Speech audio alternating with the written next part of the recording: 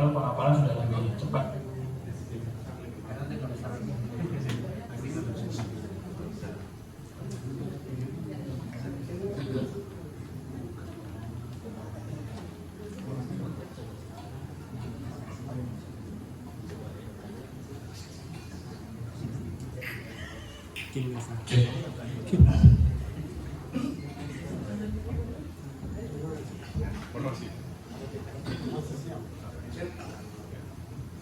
Oke, baik. Sebelum kami mempresentasikan inovasi yang telah kami buat di Maluku Utara, sebelum itu kami mempersembahkan yang persembahan dari kami.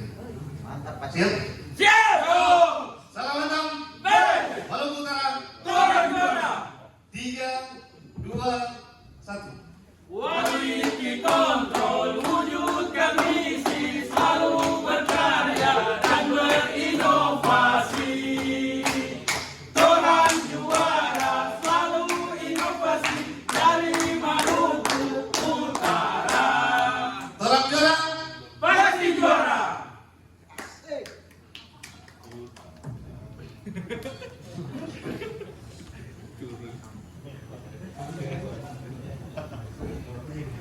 Kan nyalain ini.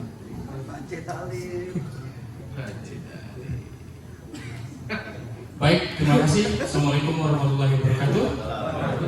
Kami dari DKM Torang Juara akan menyampaikan hasil inovasi kami yang berjudul optimalisasi sistem proses preparasi sampel pengapalan dari 693 menit menjadi 679 menit di preparasi Pulau Pakal selama 3 bulan dengan inovasi Torang Juara Optimal Sistem atau TOS yang merupakan hasil inovasi ke-6 dari GKM Torang Juara.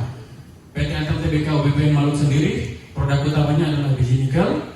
Untuk kegiatan perbaikan yang kami lakukan pada bulan Oktober sampai Desember tahun 2023, kami akan GKM Torang Juara sendiri terbentuk pada tahun 2018 dan secara konsisten berinovasi dari 2019 sampai 2024. Kami akan menyampaikan hasil inovasi kami berupa drama. Saya Abdul Muttalib akan berperan sebagai Raja Maluku Utara, Rizwan Samsul, Rimon Galeno, dan Nur Zaman berperan sebagai prajurit, dan Sahrial Iskandar berperan sebagai dukun. Selamat menyaksikan. Prajurit! Siap, Raja! Bagaimana bisa proses analisa sampel pengapalan bisa memakan waktu selama 740 menit? Ya, jadi begini Raja, hasil analisa itu lama. Kenapa lama? Karena di proses analisa itu ada banyak tahapannya. Ada namanya tahap preparasi, ada namanya tahapan pengujian, dan ada namanya tahapan pelaporan. Nah, ini tahapan preparasi saja ini itu makan waktu 693 menit. 693 menit proses preparasi yang selama itu tidak sesuai dengan sasaran mutu kita. Sasaran mutu kita di 510. Jika kondisi seperti ini, kita akan mengalami banyak kerugian. Yang pertama, proses blending menjadi tertunda. Yang kedua, secara finance kita merugi lebih dari 1,1 M. Proses preparasi menjadi lama, semangat pekerja menurun, area preparasi berdebu, dan dapat mengkonsumsi banyak cartridge. Menurut kalian, apa akibat dari permasalahan ini? Nah, menurut kami ini, Raja, ada 4 akar penyebabnya. Ini yang pertama, karena ini kita gunakan ini mesin ayakan yang terlalu kecil, 1,5 kilo kapasitasnya. Ini sampel ini diayak secara bertahap. Kemudian yang kedua, itu sampel itu melekat lagi di belt conveyor. Kalau melekat itu kita stop lagi belt conveyornya, baru kita bersihkan. Terus yang ketiga Raja, sampel basah dan partikularisasinya besar sehingga pengovenanan bisa sampai 7 jam. Yang keempat Raja, area preparasi itu banyak debu. Dari penyebab ini, apa bisakah kalian tentukan mana penyebab dominannya? Nah, menurut pengamatan kami Raja di lapangan, Teman-teman, bagaimana tadi saran yang turun itu turun kumpul jadi satu, turun jadikan dia satu judul, yaitu Torang Juara Optimal System. nah itu lagi boleh. Nah, kalau begitu Emon, kita ini rencanakan terus kita terapkan. Nah, untuk perbaikan yang pertama, substitusi dengan metode remas, kami melakukan uji lengket dan uji bawel. Kemudian yang kedua, kami menggunakan new system ducting and sample storage. Kami mulai tahapannya dari proses desain sampai pada proses instalasi. Terus yang ketiga, kami substitusi dengan ayakan tutup bukit control. Rencananya mulai dari transisi Ayakan sampai memasang wadah Ayakan pada mesin kotobuki. Terus solusi yang keempat kita memasang sistem clipper pakal pada conveyor secara otomatis. Nah, Emon, ini sudah selesai nih. Kita laporkan di Raja hasil kerja kita ini. Ya, mari sudah. Top. Ada kabar bagus kan tidak nih? Jadi begini Raja, kami mau melaporkan hasil kerja kami ini Raja. Dulu itu proses preparasi sampel pengapalan membutuhkan waktu 693 menit. Nah, terus kami bisa turunkan ke 372 menit. Itu kalau kami persentase 46,32%. Jelaskan ke saya kenapa yang bisa turun sebanyak itu. Nah, yang pertama ini terkait proses pemanasan. Itu waktunya dulu 7 jam, kami turunkan menjadi 4 jam. Kemudian juga itu debu banyak. Setelah perbaikan tidak ada lagi debu karena kita menggunakan new system ducting and sample storage. Terus yang ketiga Raja, awalnya orang pakai tap shift kapasitasnya kecil, terus setelah memakai kotobuki kapasitasnya lebih banyak. Yang keempat Raja, sebelumnya itu material lengket di karet bed conveyor. Setelah itu kita lakukan tidak ada material lagi yang lengket. Nah, terus kami mendapatkan nilai tambah untuk proses blending tidak ada lagi kendala. Kemudian ada penghematan biaya, proses preparasi bisa lebih cepat dan menjaga stamina dan semangat kerja karyawan. Terus debu sudah tidak ada dan bisa biaya catering filter bisa kita tekan. Begitu. Di samping itu Raja, orang kemarin itu bisa efisiensi pada acara sharing session internal. Terus testimoni dari pihak berkepentingan seperti apa? Iya, jadi begini Raja, kita sudah dapat testimoni yang pertama dari QC Manager UBN Malut, yang kedua dari manajemen UBN Malut, dan yang ketiga dari PT NKA, yang keempat dari Bapak kan ini IAK ya, atau IBPR ya. Nah, Bapak setelah melakukan improvement atau di awal proposal, Bapak membuat IBPR. Tapi Bapak ada kan ya sebelum proses itu ya? Nah, seharusnya pada saat adanya handcaptek, apa itu sering handcaptek perubahan ya, itu harus ada namanya IBPR. Gimana bisa cerita?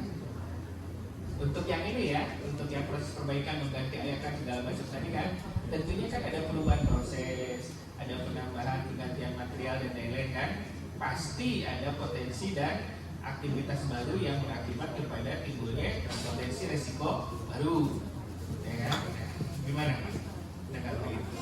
Silakan. Ya, jadi sebelum kami memulai melakukan perbaikan Pak, ide yang mau kita perbaiki, ide yang mau kami lakukan itu kan sebelumnya harus ada persetujuan dari atasan.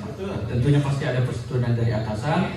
Kemudian dari situ apabila disetujui, kami langsung melakukan memprepare Pak apa kebutuhannya. Kemudian apabila diperlukan pihak eksternal, kami lakukan itu.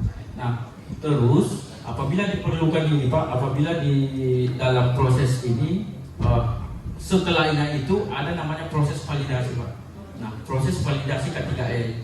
Nah, ini divalidasi oleh setelah improvement yang kami lakukan itu divalidasi oleh bidang safety Pak untuk keselamatannya. Ada itu ya Pak ya? Ya, ada Pak.